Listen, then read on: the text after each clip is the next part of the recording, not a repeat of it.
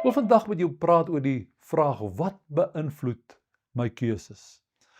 Daar in Psalm 119 vers 105 staan hierdie woorde: U woord is 'n lamp vir my voete en 'n lig op my pad.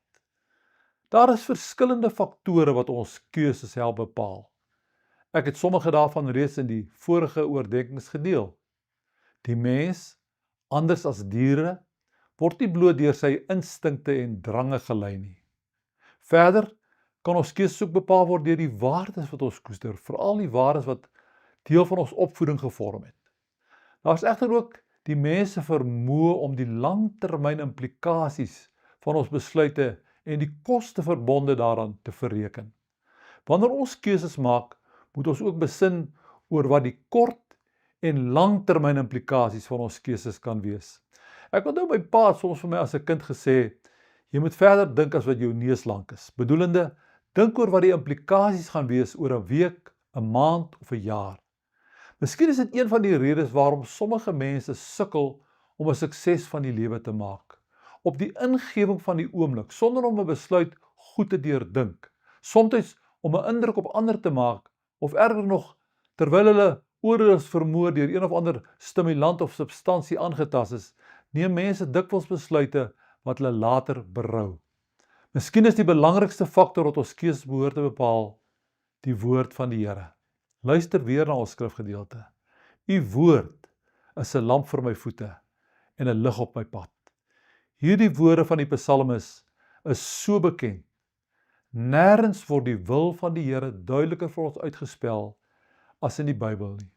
Geen wonder dat die psalmis dit uitbeeld as 'n lamp vir ons voete en 'n lig op ons pad nie. In 'n sekere sin is elke mens se toekoms in duisternis gehul. Selfs met goeie beplanning en 'n gesonde lewenstyl is ons elkeen se toekoms relatief onseker. Die woord, die wil van God, is egter soos 'n lig wat in die donker skyn. Dit wys gevare aan ons uit en bring rustigheid in ons hart. Terwyl daar, soos vroeër genoem, sekere riglyne is waarvolgens ons besluite oor ons toekoms kan maak, is die beste en veiligste koersbepaler die woord van God. Watter voorsprong en voorreg het die gelowige nie bo die ongelowige nie. Natuurlik is die Bybel nie 'n soort gelukspakkie waar ons willekeurig tekste kan trek totdat ons 'n skrif kry wat by ons begeertes pas nie. Wanneer ons egter die woord in ons hart koester en soekend onder die leiding van die Heilige Gees met die Bybel omgaan, praat die Here met ons. God het ons liewer as enige iemand anders. Die voorskrifte, waarhede en beginsels wat ons reg deur die Bybel vind, is tot ons heil en voorspoed.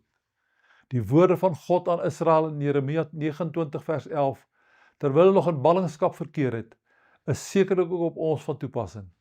Waar die Here sê, ek weet wat ek vir julle beplan het, sê die Here. Ek beplan voorspoed vir julle, nie teëspoed nie. Ek wil hê dat julle hoop vir die toekoms moet hê.